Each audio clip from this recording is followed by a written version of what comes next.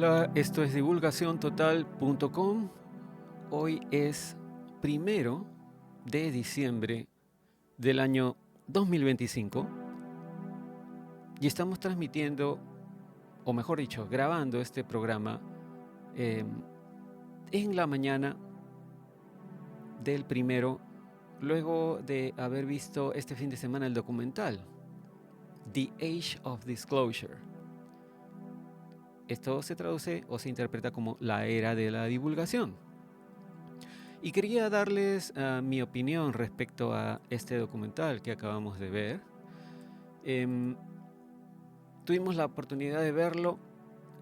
Está disponible para los que lo quieran ver en Amazon Prime, la plataforma de video de Amazon.com. Este documental en realidad hace un buen trabajo en explicar lo que las diferentes administraciones del gobierno federal de Estados Unidos ha hecho durante décadas en relación al ocultamiento o encubrimiento del tema OVNI.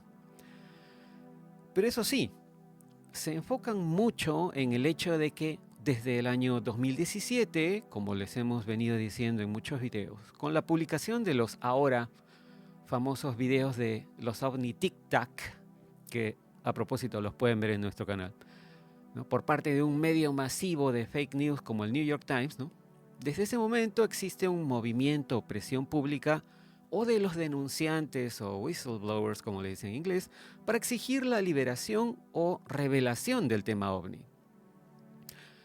Y muchas cosas que se explican en el documental, que a propósito fue dirigido por Dan Farah, ¿no? Este es un cineasta, escritor también.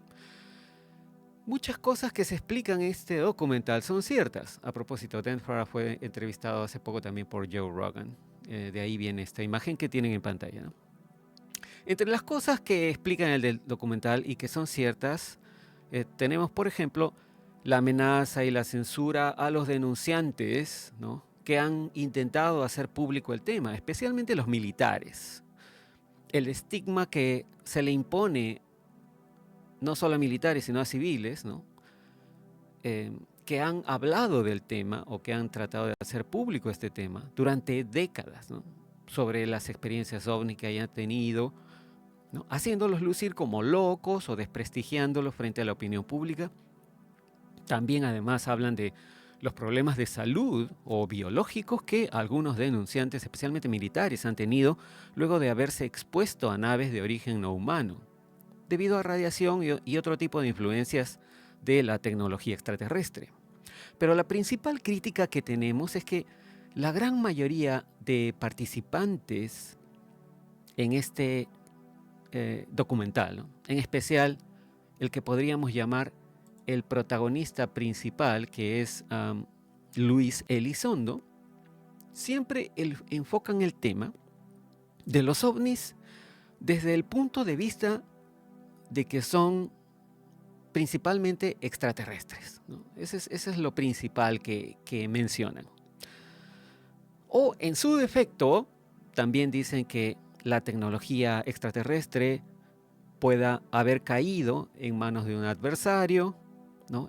Como siempre, los adversarios pues mencionados son Rusia, China, y que Estados Unidos se pueda quedar atrasado en el aspecto tecnológico.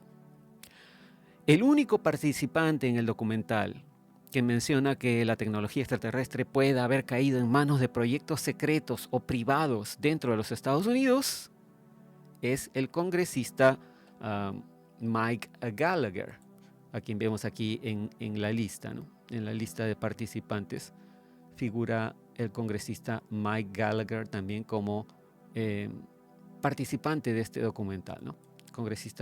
Ex congresista en realidad, por el estado de Wisconsin. Sin embargo,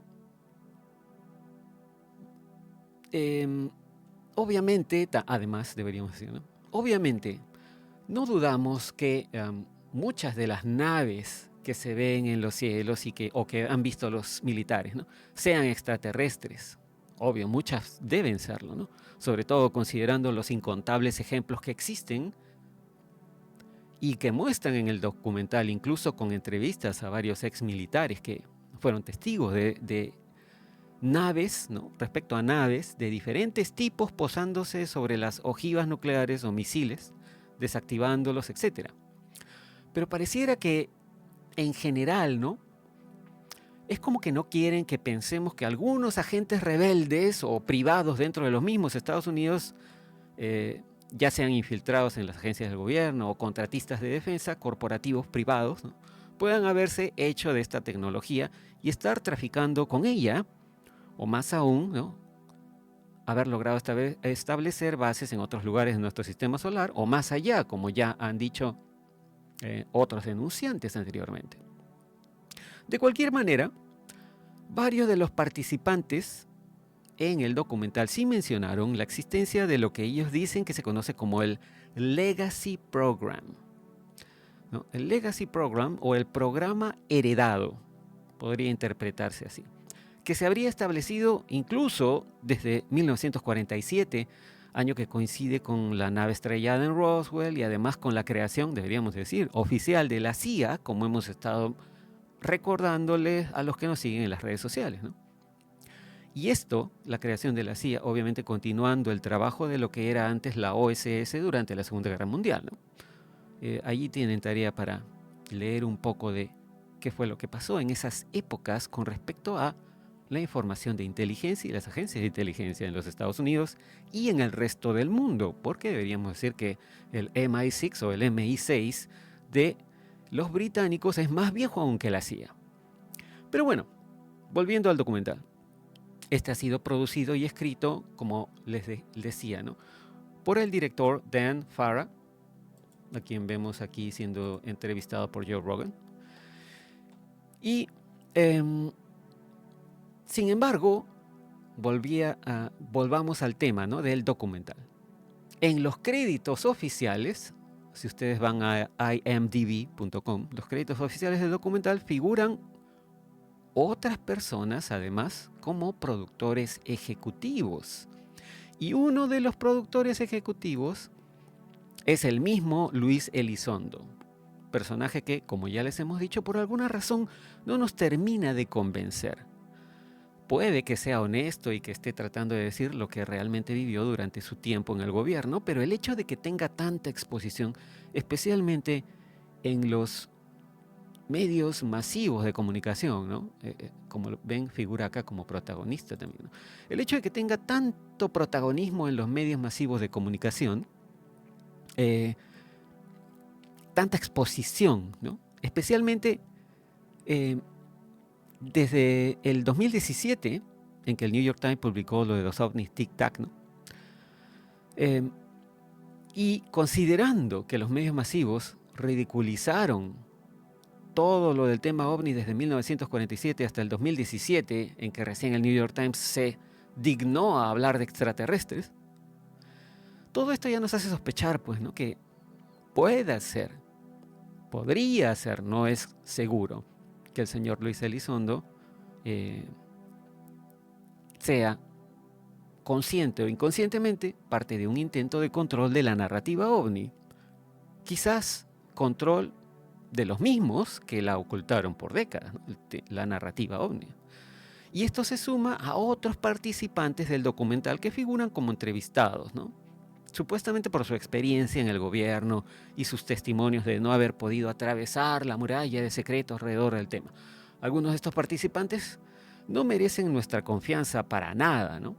Como por ejemplo la senadora demócrata Kirsten Gillibrand. Es un ejemplo, ¿no? Y también el exdirector nacional de inteligencia, James Clapper, ¿no? O podríamos también mencionar al congresista Dan Crenshaw, también, ¿no? Estas personas no nos merecen nada de confianza. Sin embargo, otros sí merecen nuestra confianza, ¿no? Hasta el momento, al menos, ¿no?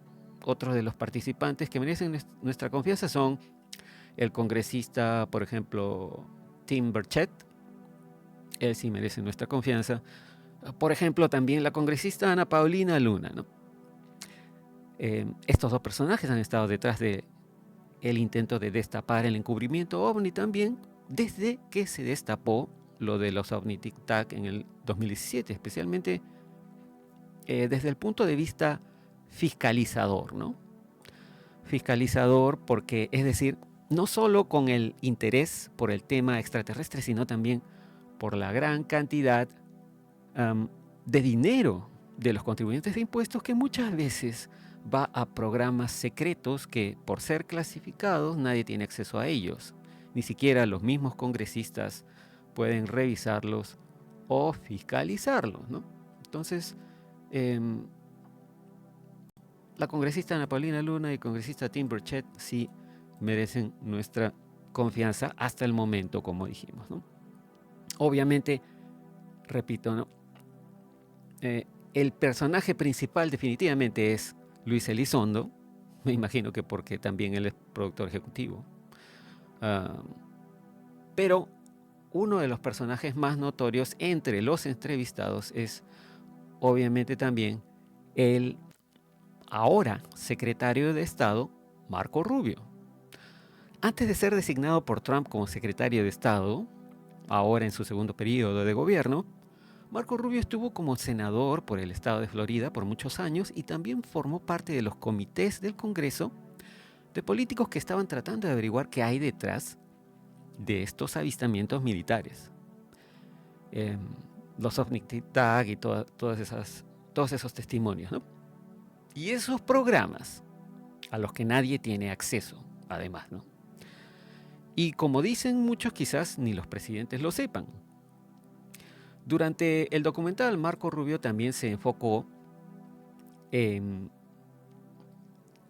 el hecho de que, por ejemplo, lo peligroso que podría ser que se le oculte este tipo de información o este tipo de temas a un presidente. Y también mencionó el punto de vista del encubrimiento de los programas secretos de recuperación de naves y de cómo algunos contratistas privados podrían estar lucrando con esa tecnología no humana. Esto es algo que ya hemos mencionado también antes, ¿no? Contratistas de defensa como Lockheed Martin y otros, quién sabe, ¿no? Halliburton u otros, ¿no? Raytheon, podrían haber estado participando con la venia de algunos programas secretos de algunas agencias del gobierno federal, podrían haber estado participando en el proceso de ingeniería inversa o ingeniería reversa, como le quieren llamar, de la tecnología no humana rescatada, de naves estrelladas, etc., ¿no? ¿Por qué se lo habrían pasado a los contratistas? Bueno, porque de esa manera todo lo que se descubra tecnológicamente queda fuera de la supervisión del pueblo estadounidense a través de sus políticos. Todo lo que sea manejado o investigado dentro de un ambiente corporativo privado está fuera de lo que abarca la ley de libertad de información. Las famosas órdenes FOIA, ¿no? O FOIA, que son las siglas de la Ley de Libertad de Información, no se aplica a todos los programas que hayan sido transferidos a corporaciones privadas, como Lockheed Martin, etc., por más que hayan sido transferidos desde agencias del gobierno. Entonces, allí está pues uno de los problemas con respecto a que el pueblo estadounidense no pueda enterarse de qué cosa están haciendo esos contratistas con las naves recuperadas que les fueron entregadas por posiblemente programas incluso hasta rebeldes dentro de las agencias del gobierno federal, ¿no? ¿Quién sabe qué cosas estarán haciendo con esa tecnología? Y esto que les mencionaba sobre Marco Rubio me llevó a buscar el por qué, ¿no? ¿Por qué Trump seleccionó a Marco Rubio para su gabinete, ¿no? Como secretario de Estado? Bueno, seguramente Donald Trump recibe un montón de recomendaciones, etcétera, ¿no? Pero me imagino que él también debe haber conversado con cada uno de los miembros de su gabinete antes de designarlos. Algo debe haber encontrado en Marco Rubio para designarlo secretario de Estado. Entonces, la curiosidad me llevó a buscar cuáles son las funciones del Departamento de Estado. Y resulta que el Departamento de Estado tiene como funciones las de conducir la política exterior y manejar las relaciones diplomáticas a representar a Estados Unidos en el extranjero, negociando tratados y asistiendo a los ciudadanos de Estados Unidos en el exterior. El secretario de Estado aconseja al presidente en materia de política exterior, aunque la palabra en inglés es foreign, ¿no? Se puede traducir como exterior, aunque literalmente podría llamarse política foránea también, ¿no? Literal. Como les decía, el secretario de Estado aconseja al presidente en política exterior, coordina con otras agencias y promueve los intereses, la seguridad y la prosperidad de Estados Unidos a través de diplomacia. Algunas de las funciones del Departamento de Estado son las de emitir pasaportes y visas, supervisar las embajadas de Estados Unidos fuera, ¿no? Obviamente, y proporcionar ayuda humanitaria. Entonces, esto me llevó también a preguntar, ahondando un poco más sobre cuáles son las funciones del Departamento de Estado sobre los extranjeros, ¿no? Respecto a los extranjeros dentro de los Estados Unidos. Y resulta que el rol del Departamento de Estado respecto a los extranjeros en Estados Unidos está principalmente enfocado a los ciudadanos extranjeros fuera de los Estados Unidos, teniendo como función principal emitir visas para entrada a Estados Unidos. También el Departamento de Estado es responsable de la notificación consular cuando un ciudadano extranjero es arrestado o detenido, y además de emitir regulaciones sobre visas. El Departamento de Seguridad Nacional es el que maneja directamente la admisión, el cumplimiento de la ley de inmigración y la expulsión o deportación, no el Departamento de Estado. El Departamento de Estado solamente ve lo que es emitir visas y las regulaciones sobre las visas y avisarle a algún consulado o embajada de un país extranjero, obviamente, cuando uno de sus ciudadanos ha sido arrestado o detenido. Lo curioso es que aquí es donde mi cabeza conspiranoica pues, se puso a pensar más allá aún, ¿no? Como ustedes saben, en el inglés de los Estados Unidos se usan dos palabras para referirse a los extranjeros. Una de las palabras que se usa para los extranjeros es la formal, como se menciona aquí, ¿no? Un foreign nationals. Esto se puede interpretar como ciudadano extranjero, ¿no? O nacional extranjero. Es otra palabra, pero no se usa mucho. En castellano deberíamos decir ciudadano extranjero. Esa es la descripción formal, los foreign nationals. Pero la otra palabra que se usa mucho, tanto en leyes como de manera cotidiana, es la palabra aliens.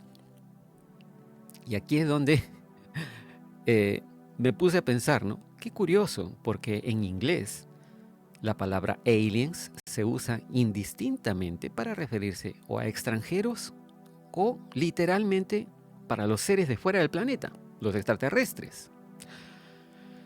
Es solo un dato curioso, obvio, ¿no? Pero creo que es importante a tener en cuenta también. No sé desde qué punto de vista legal esto tenga ambivalencia. De cualquier manera, volviendo al documental, es realmente interesante y recomendado, ¿no? Podríamos recomendarlo. En resumen, dicen muchas cosas que son ciertas, pero desde mi punto de vista, le dan demasiado protagonismo a Luis Elizondo, ¿no? Aunque siendo productor ejecutivo no los culpo. Pero también hablan del encubrimiento y del supuesto legacy program o programa heredado, ¿no? Que parece ser la madre del cordero en cuestión de ocultamiento del tema OVNI, específicamente por las implicancias que tendría en favorecer a la humanidad, ¿no? Debido a los avances en materia de energía, principalmente creo, ¿no? los cuales harían la vida del ser humano mucho más fácil. Y quién sabe, esto repercutiría en otros temas aún posiblemente más beneficiosos para la humanidad, ¿no? Como el cuidado de la salud, la extensión de la vida en la Tierra, etcétera, etcétera, ¿no? Y además, por no contar lo de la energía libre, que sería la verdadera energía verde, ¿no? No como nos quieren hacer creer hasta ahora, que simplemente por pagar un impuesto por supuestamente usar o emitir carbono, ¿no? O dióxido de carbono, piensan que con eso van a resolver el supuesto cambio climático, ¿no? En fin, esta es más o menos el resumen de lo que podríamos decirles con respecto al documental. Hay que verlo pues con ojos, digamos, un poco suspicaces, ¿no? La información es importante y es interesante, pero hay que ver también si no nos están tratando de manipular con respecto a las narrativas. Definitivamente pienso yo que siempre deberíamos considerar la posibilidad no solo de que la tecnología extraterrestre haya caído en manos de Rusia o China, sino también de las corporaciones privadas de los Estados Unidos, especialmente contratistas de defensa, ¿no? Con la ayuda de algunos grupos rebeldes dentro de los militares o de las agencias de inteligencia. Así que, bueno, esto es todo lo que podríamos decir respecto al documental. Muchas gracias por su atención. Nos comunicaremos en el próximo. O sea, hasta entonces, cambio y fuera.